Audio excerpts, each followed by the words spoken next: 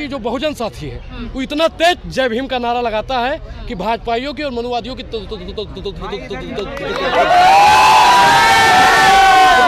भीम, जय भीम। मैडम आपको दिक्कत आपको हो रही है? नहीं, जय भीम का नारा सुनिए आप। जय भीम, जय भीम।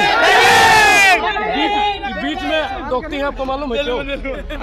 इनको अच्छा वो बताइए अनुराग भाई कि जय भीम से दिक्कत किसको, ये बताइए आप लोगों को। अभी मैं जय भीम का नारा लगा रहा था, मैं रोकने लगी हमको। नहीं ये बात अपना काटने लगी। बात दूसरा समझ, सरकार किसकी थी 2018 में? थोड़ी थी। बोलिए ना आप नहीं बोल सकते हैं? डर लगता है? क्या नाम है आपका? आपको डर नाम क्या है? आपका नाम क्या है? अनुराग ओझा बोलता है। आपका नाम क्या है? अनुराग ओझा के ऊपर 2 FIR हो चुका है।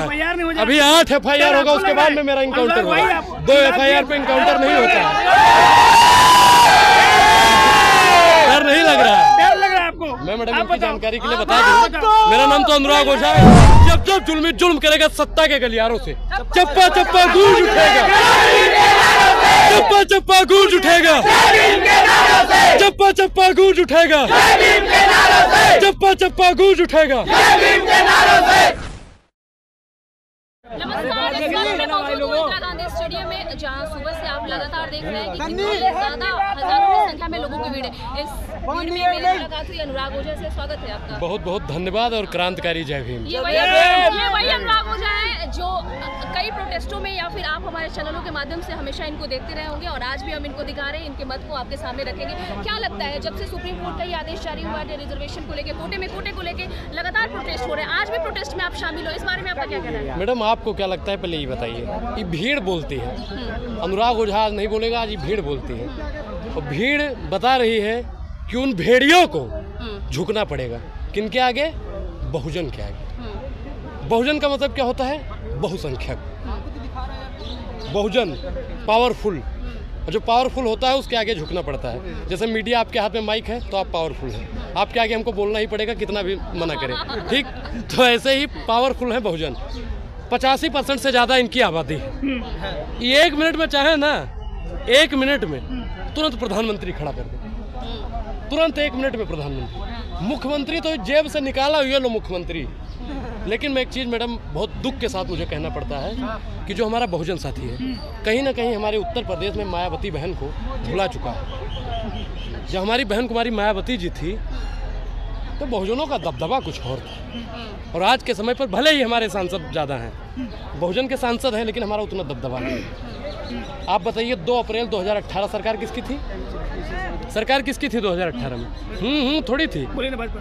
आप नहीं बोल सकते हैं? डर लगता है? क्या नाम है आपका? नाम क्या है आपका? नाम क्या है? अनुराग ओझा बोलता है। आपका नाम क्या है? अनुराग ओझा के ऊपर 2 FIR हो चुका है। अभी 8 FIR होगा, उसके बाद में मेरा इनकाउंटर होगा। 2 FIR पे इनकाउंटर नहीं होता है। डर नहीं लग रहा है? मैं मैडम आपकी जानकारी के लिए बता दूं, मेरा नाम तो अनुराग ओझा है और मैं गोंडा से आता हूँ। आप अपना नाम बताइए। बताइए ना। बादल मेरा नाम। बादल जी? मैं पटना से आता हूँ। बताइए। ठीक है, पटना से आता हूँ। ठीक है बादल जी। प्रकाश सिंह बादल भी थे। अब आप बताइए कि बादल जी, आप तो डर क्यों रहे हैं? आप बोले कि 2018 में भैया सभी लोग बोलेगा 2018 में किसकी सरकार थी? भाजपा की बता रहा है। भाजपा की थी ना। और 2 अप्रैल 2018 में हमारे बहुजन साथियों के साथ में क्या किया गया मैडम, आप बताइए। 13 लोगों की हत्या हो गई थी। और आप बताइए उसका जिम्मेदार कौन है? उसका जिम्मेदार कौन है? वर्तमान सरकार। जब जब जुल्म करेगा सत्ता के गलियारों से, चप्पा चप्पा गूंज उठेगा, चप्पा चप्पा गूंज उठेगा, चप्पा चप्पा गूंज उठेगा, चप्पा चप्पा गूंज उठेगा। इतनी तेज बोलिए कि 2 जगह आवाज जाए। एक तो जहां से 7 जजों की जजमेंट आई थी, और एक पार्लियामेंट में, और एक नागापुर में जहां पे RSS के कीड़े मकोड़े पैदा होते हैं। मनुवाद की छाती पर। मैडम मैं आपको बता दूं कि जो बहुजन साथी है वो इतना तेज जय भीम का नारा लगाता है कि भाजपाइयों की और मनुवादियों की जय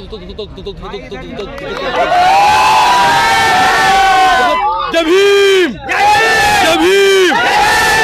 मैडम आपको दिक्कत आपको हो रही है? नहीं, जय भीम का नारा सुनिए आप। जय भीम, जय भीम। बीच रोकती हैं आपको मालूम है क्यों? इनको अच्छा वो जानी ये बताइए अनुराग भाई कि जय भीम से दिक्कत किसको, ये बताइए आप लोगों को। अभी मैं जय भीम का नारा लगा रहा था, मैं रोकने लगी हमको। नहीं ये अब बात अपना काटने लगी, बात दूसरा सवाल रखने लगी। दिक्कत किसको है जय भीम से भाई? प्रधानमंत्री जय भीम बोलते हैं। वो बोलता है, मैं बताऊँ, बोलता है, लेकिन चुनाव के अंबेडकर हमारे कॉन्स्टिट्यूशन मेकर है, वो हमारे सर्वोपरि है। मैं बोलता हूँ,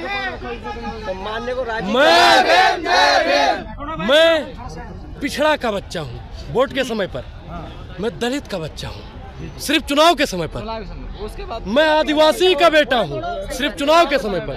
अरे हमेशा बोलिए ना, अगर आप वाकई में बहुजनों की बात रखते हैं, मोदी जी कहते हैं मैं ओबीसी माँ का बेटा हूँ, ओबीसी माँ का बेटा हूँ बोलते हैं ना, लेकिन जब SC ST OBC पर बात आती है तो प्रधानमंत्री नरेंद्र मोदी जी के मुंह पे फेविक क्यों लगता है, चुप हो जाते हैं।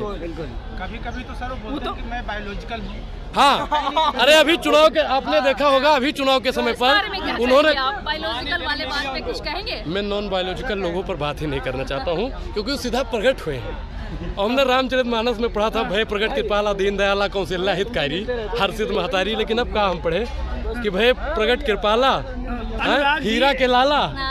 अनुराग जी, प्रधानमंत्री ये भी कहते हैं कि अगर बाबा साहब नहीं होते तो प्रधानमंत्री नहीं होता, ये मोदी नहीं होता।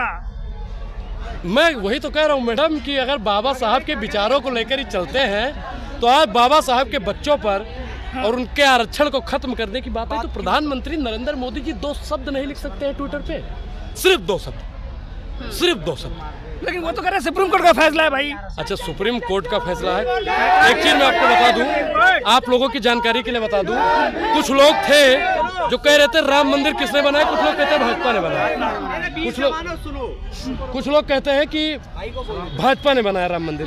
वो भी तो सुप्रीम कोर्ट का फैसला था, उसको मोदी ने बनाया, भाजपा ने बनाया, लेकिन जब जजमेंट आया तब सुप्रीम कोर्ट ने दिया। ये मैडम बेईमानी है। जो कहते हैं कि भाजपा ने मंदिर बनवाया, मनुवादी किस्म के लोग। और आज जो लोग कह रहे हैं ना कि जजमेंट जो आया है सुप्रीम कोर्ट से आया है, वो भी लोग मनुवादी के हैं।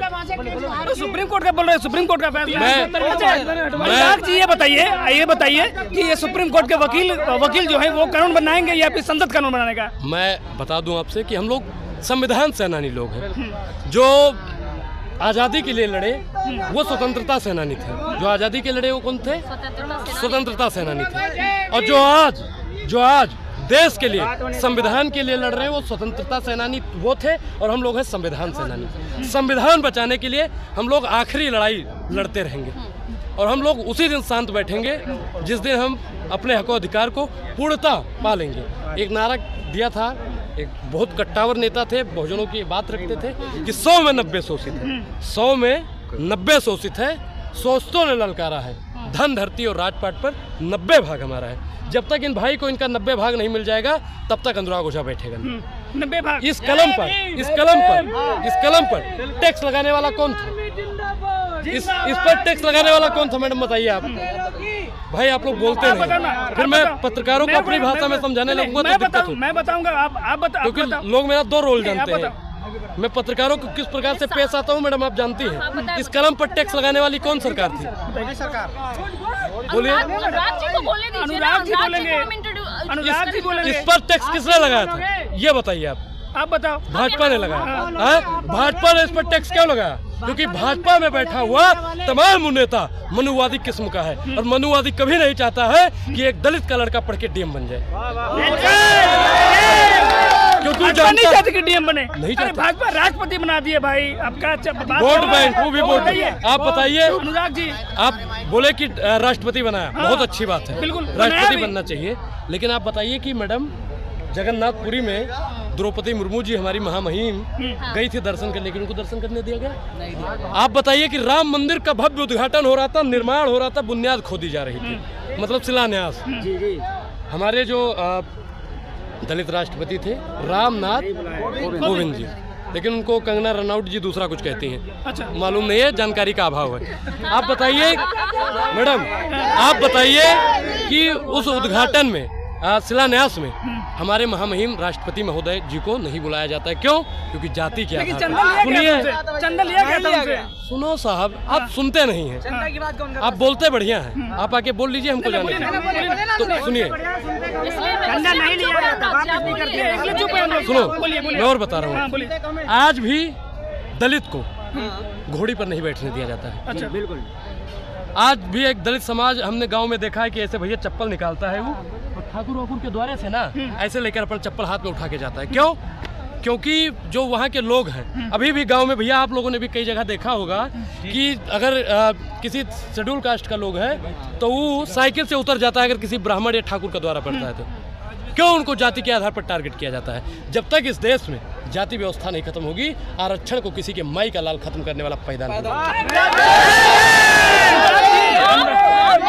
की बात कर रहे हैं कि हम जय भीम की नारा लगाते हैं तो पूरी दुनिया सुनती है, लेकिन इसमें आपके लोग ही बट गए हैं। जिस दिन बहुजन की कलम चलेगी, पूरा देश लोग बट गए हैं, इस बारे में बताइए। मैडम, हम बटे नहीं हैं, ये आप लोग भ्रम फैला रहे हैं। अच्छा, हम लोग बटे नहीं हैं, हम लोग एकजुट हैं हम लोग। और एकजुटता के साथ में यहाँ पे ब्राह्मण भाई भी मौजूद है, दलित भाई भी मौजूद है, और कई सारे मुसलमान भाई भी मौजूद तो हैं। वो लोग जी, वो लोग जो इस सुप्रीम कोर्ट के आदेश का वेलकम कर रहे हैं, उन लोगों के लिए क्या कहेंगे? देखिए मैडम, समझाया उन्हें जाता है जो ना समझा हो, और जो पहले से ही समझ के बैठा हो कि कितना समझाएंगे फिर भी नहीं समझेंगे। मूर्ख को समझाने के लिए महामूर्ख होना पड़ता है। और मैं मैडम, कुछ लोग कहते हैं कि मैं समझदार हूँ। ठीक है नेता जीतन राम मांझी की अगर हम बात करें, बिल्कुल वो समर्थन में खड़े हो गए आरक्षण के, इस बारे में क्या कहेंगे? देखिए, सुन नहीं पाया, मैं एक बार दोबारा बोलिए। जीतन राम मांझी वो वोट आप ही लोगों के वोट से जीत के गए, वो समर्थन कर रहे हैं इसका। देखिए मैडम, समर्थन विरोध लोकतंत्र की खूबसूरती है। संविधान उनको भी पावर देता है कि आप विरोध कीजिए कि समर्थन कीजिए। जो आज जजमेंट आया वो भी संविधान के मतलब पढ़ के ही आगे बैठा, उसको भी संविधान के तौर मतलब अगर ना पढ़ता ना जानता तो उसको आज जज नहीं बना रहे, लेकिन पीढ़ी दर पीढ़ी वाला करके वो जज बन गया। आप बताइए कि जीतन राम मांझी जी कर रहे हैं, लेकिन एक चीज़ बताइए कि दलितों का वोट चाहिए, लेकिन दलित पर जब बात आती है मैडम तब कोई बोलता नहीं है, तब मुझे बुरा लगता है। लेकिन मैडम, मैंने एक चीज़ देखा 21 तारीख वाले में कि चिराग पासवान के कुछ लोग जंतर मंतर पर मौजूद थे। हम लोग उनका हार्दिक स्वागत एवं अभिनंदन करते हैं। जय भीम।